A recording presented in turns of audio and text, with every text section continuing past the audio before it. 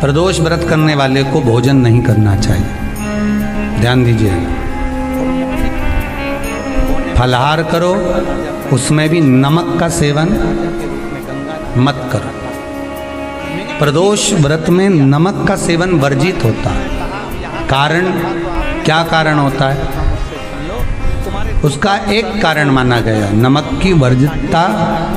जिस समय पर एक नगर में एक ब्राह्मणी रहती थी, बहुत भाव से सुनिएगा, प्रदोष व्रत नमक को त्यागने का भाव प्रदोष व्रत की किताब में भी मिल जाएगा आपको, आप पढ़ेंगे तो सुना होगा आपने। एक ब्राह्मणी रहती थी एक नगर में, उसका पति नहीं था, छोटा सा बालक एक साथ में रहता, छोटा सा बालक। अब ब्राह्मण के घर की धर्म पत्नी है, ब्राह्मण कर्मकांड करने वाला, पूजन करने वाला, पाठ करने वाला, अनुष्ठान करने वाला, पूजन करने वाला, मंत्र जाप करने वाला, भगवत भक्ति में डूबने वाला। ब्राह्मण तो चले गया, ब्राह्मणी बच्चे के साथ रह रही, क्या करे वो? अकेली निवास कर रही, अकेली रह रही है। और ब्राह्मणी बच्चे के साथ भ्रमण करती रहती, घूमती, कहीं कहीं दर दर जाकर कुछ भिक्षा को मांग कर लेकर आ जाती। और भिक्षा लाने के बाद में उस भिक्षा को जब लेकर आती तो अपने बच्चे को भी खिलाती और स्वयं भी उसका पान करती। एक दिन ब्राह्मणी भ्रमण करते करते प्रदोष काल के समय पर शिव मंदिर में प्रवेश करी। प्रदोष काल के समय और शंकर मंदिर में जब प्रवेश करा, प्रदोष काल किसको कहते हैं? सूर्य अस्त हो रहा हो, रात्रि प्रवेश कर रही हो, दोनों का जब मिलन हो रहा हो वो प्रदोष काल कहलाता है। दोनों का जब मिलन हो रहा,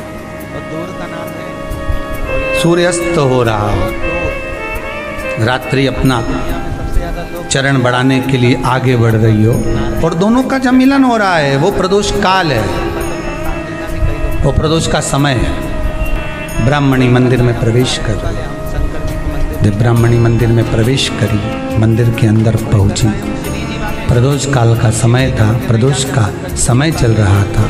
और प्रदोष काल के उस समय में, प्रदोष काल के उस समय में जब ब्राह्मणी ने देखा कि कोई भगवान की भक्ति में लगा हुआ है, भगवान के रस तत्व में डूबा हुआ है, आज ब्राह्मणी के पास में कुछ पदार्थ नहीं है, अपने बच्चे का पेट भरने के लिए कोई सामग्री नहीं है, और कुछ आस लेके वो प्रवेश करी है, कुछ आस लेकर वो अंदर प्रवेश कर जाती है। कोई ऋषि की पत्नी, कोई ब्राह्मण जन की अर्धांगिनी उस प्रदोष के समय पर शंकर का अभिषेक पूजन कर रही थी, भगवान शिव की आराधना कर रही थी, भगवान की भक्ति में डूबी हुई थी। जब भगवान शिव की आराधना में डूबी हुई है, आराधना कर रही है, ये कुछ पाने के लिए चली गई, ये कुछ पाने के लिए गई और इसके मन में आया कि मैं कुछ, मुझे भोजन का कोई पदार्थ मिल जावे, मुझे कुछ भोजन मिल जावे, और जब मुझे भोजन मिल जाएगा तब मैं जो पाऊंगी अपने बच्चे को भी पाऊंगी। पर जिस मंदिर में वो प्रवेश करी थी, जहाँ पर नारी पूजन कर रही थी शंकर की प्रदोष काल में, वहाँ पर पड़ी हुई कुछ वस्तु को इस ब्राह्मणी ने मांग लिया। मेरे बालक को बहुत भूख लगी है, मेरा बच्चा बड़ा भूखा है, इसके भोजन के लिए थोड़ी सी सामग्री दे दीजिए, इसके भोजन के लिए थोड़ा सा कुछ रस तत्व दे दीजिए। उसने उठाया थोड़ा सा पदार्थ, कुछ जो उसके पास में था वो दिया। जब दिया तो देने के बाद जब उसे प्राप्त हुआ और होने के बाद में जब वो मिल गया उसको, तो उसने उस समय पर उस पदार्थ को जैसे ही मुख में लिया, लेते ही कहा इसमें तो स्वाद नहीं है, इसमें स्वाद नहीं है। उस ब्राह्मणी ने बड़ा सुंदर एक संवाद कहा। घर का जो बड़ा होता है ना, घर का जो बड़े होता है, घर का बुजुर्ग जो होता है, घर का जो प्रथम स्थल प्राप्त करने वाला, मेन कुर्सी पर अच्छी जगह पर जो बैठने वाला होता है ना, ब्राह्मणी कहती है वो कभी किसी वस्तु में ऐब नहीं देखता, मिनक नहीं निकालता। समाज के अन्नकूट होते हैं, समाज के जब अन्नकूट होते हैं महाराज, समाज के जब अन्नकूट होते हैं, बड़ी बड़ी समाजों में जब कार्तिक महीने में अन्नकूट महोत्सव होते हैं, बहुत सारा प्रसाद बनता है। जो बुजुर्ग होते हैं ना, बड़े समझदार लोग होते हैं ना, तो अन्नकूट की जब प्रसाद खाने बैठते हैं ना, उसमें नमक नहीं भी होता ना तो नहीं बोलते कि इसमें नमक नहीं है। पर जो हमने डोनेशन दिया है, जब तुम आए थे समाज वाले तो हमने 1000 का लिफाफा दिया, 500 का लिफाफा दिया, 2000 का लिफाफा दिया और भोजन ऐसा बनवाया। एक व्यक्ति वो जो खाकर चुपचाप चले गया और एक व्यक्ति वो जिसने प्रसाद पर उंगली उठाई। इन दोनों को अन्नकूट की तारीख पे इनका नाम लिख लो और अगला अन्नकूट आए तब दोनों की दशा देखना। एक जो चुपचाप खाकर चले गया, भगवान के प्रसाद को प्रसाद मानकर, प्रभु का दर्शन मानकर लेकर चले गया, वो उन्नति की सीढ़ी पर चढ़ता चले गया।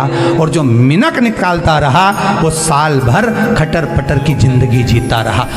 भगवान के प्रसाद में कभी भी ध्यान रखिएगा, भगवान के प्रसाद के अंतर्गत स्वाद की कोई मूलता नहीं होती। भगवान का प्रसाद स्वयं स्वाद है।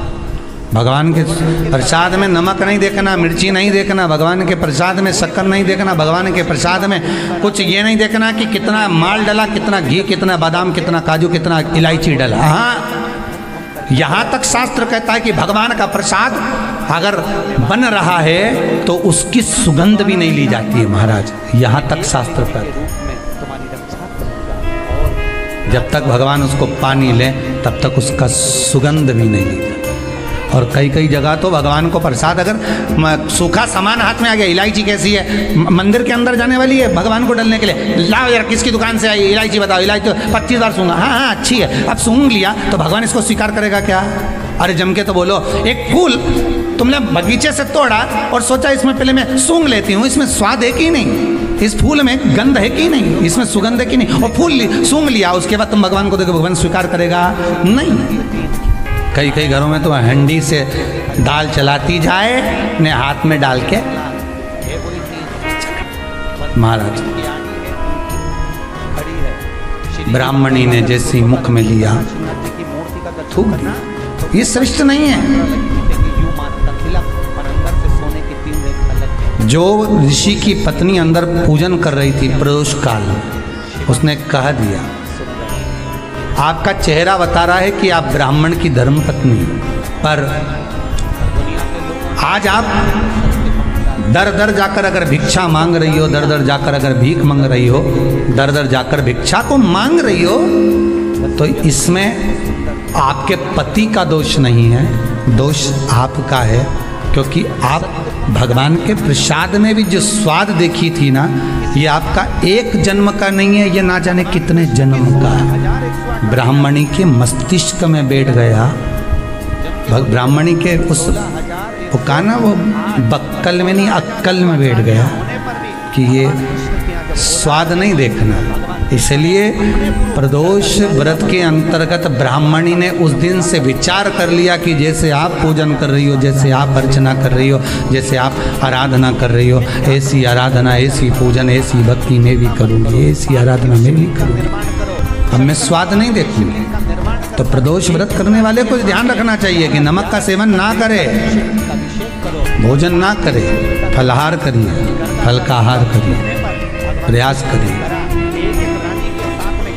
और यदि आपने व्रत का ले लिया भोजन का कि हम तो एक टाइम फलाहार करेंगे, एक टाइम भोजन करेंगे, ऐसा भी कई लोग प्रदोष ले लेते हैं, तो वो बात आपकी है, आप तक रखो, ठीक है, अपने मन तक, ठीक है। बाबा आपकी मनोकामना पूर्ण करे, जो भी आओ। अरे भगवान को धन्यवाद दो कभी कभी कि तूने अच्छे घर में पैदा किया, अच्छा परिवार दिया, अच्छा पति दिया, अच्छी पत्नी दी, अच्छे बच्चे दिए, अच्छा कुटुंब दिया, घर दिया, दुकान दी, जमीन जायदाद दी, शरीर अच्छा दिया, हाथ पैर आँख नाक मुंह सब बढ़िया दिया, एक के भी निपटा के नहीं भेजा तूने। मान लो एक आध निपटा के भेज देता तो क्या झगड़ा करने ऊपर जाते? एक ही कान देता और एक गायब कर देता तो यहाँ से चिपका देता, क्या कर लेते? हाथ एक देता और एक गायब कर देता। क्या झगड़ा करने जाते ऊपर कि मुझे ऐसा शरीर दिया? नहीं, भगवान को धन्यवाद देना कि मुझे अच्छे घर में पैदा करा, कटोरा लेके वहाँ चौराहे पे नहीं बिठाया। तूने अच्छा घर दिया, 2 समय की रोटी दे रहा है, खूब जोरदार शरीर दिया, भजन करने का मुहूर्त दिया, और बचा कुचा था तो ये सियोर वाला महाराज दे दिया, कथा सुनाने वाला। शाम के समय पर प्रदोष काल में बेलपत्री के पेड़ के नीचे, चाहे शंकर के मंदिर के दरवाजे पर या शिव मंदिर में, अगर आप प्रदोष के दिन दिया लगाते हो, सोमवार के दिन दिया लगाते हो, तो ऐसा कोई व्यक्ति नहीं जिसको मेरे देव अधिदेव महादेव मेरा विश्वनाथ भंडार नहीं भरता हो। खाली नहीं छोड़ेगा, दे देगा, भंडार भर देगा, कमी तो नहीं रख सकता, ये पक्का। पर तुम करना ही नहीं चाह। 2-4 सोमवार करो और उसके बाद के तो महाराज जी हमने तो करा था, हमको तो मिला ही नहीं। 2-1 प्रदोष करा तुमने, अरे 1 साल करो, सारे दर भी तो अपन ठोकर खा कर आए, इतना साल निकाला अपन ने, और 6 महीना 3 महीना 4 महीना भगवान से निवेदन तो करो, दिल से कहो तो सही, नी भंडार भरे तो बात दूसरी, एक बार बोलो तो। पर जगत के लोगों के सामने जाकर मत कहना, कहना तो देव अधिदेव महादेव से कहना। प्रदोष व्रत करने वाले को प्रदोष के दिन प्रयास करना चाहिए कि रात्रि के समय पर आधा घंटा, 10 मिनट, 20 मिनट जागरण करे। जागरण मतलब थोड़ा भगवान का भजन कर ले। भले 4-5 माताएं इकट्ठी नहीं हो तो अपन अकेले ही कर लो। अपन अकेले कम है क्या भाई? अपन कम पड़े, आराधना अकेले भी करो, जागरण करो। जब आपकी 11 प्रदोष हो जाए, 26 प्रदोष हो जाए, तब उद्यापन करो। उद्यापन 2 ब्राह्मणों को जोड़े से बुलाओ, ब्राह्मणों को जोड़े से बुलाकर उनके चरणों की पूजन कर कर, आराधना कर कर, सुंदर मंडप तैयार कर कर भगवान का, उसमें सुंदर रंगोली डालकर, मंडल बनवाकर पूजन करो शंकर भगवान की प्रदोष का। 1 दिन पहले गणेश की आराधना करो, पूजन करो, और प्रदोष वाले दिन जो मंडल बनाए हैं पूजन अर्चना करने के लिए, जो स्थान दिया है उसकी आराधना करो। खीर की आहुतियाँ दीजिए 108 बार। जो ब्राह्मण आए उनके माध्यम से मंत्रों द्वारा पूजन कराकर खीर की आहुतियाँ दीजिए शिव नाम का। महाराज फिर ब्राह्मणों को जोड़े से भोजन कराकर, चरणों को नमन कर कर, दक्षिणा प्रदान कर कर, निवेदन कर कर ब्राह्मणों से कहें, हे ब्राह्मण देवता, आप हमें आशीर्वाद प्रदान करें कि जिस प्रदोष का हमने व्रत किया है उस व्रत का पुण्य फल हमें प्राप्त हो। ऐसा ब्राह्मण चरण को नमन कर कर, प्रणाम कर कर उनसे अपने मस्तक पर अक्षत छुड़वाएं। फिर नमन कर कर, भोजन कराकर विदा करें। शाम को भगवान का जागरण करें। ऐसे प्रदोष व्रत का उद्यापन कर अपने जीवन को सार्थक बनाएं। ऐसा सुंदर प्रदोष व्रत का व्याख्यान वर्णन स्कंद पुराण में करा गया। वही स्कंद पुराण का प्रदोष व्रत का वर्णन आपको शिव महापुराण के इस सुंदर संवाद में किया।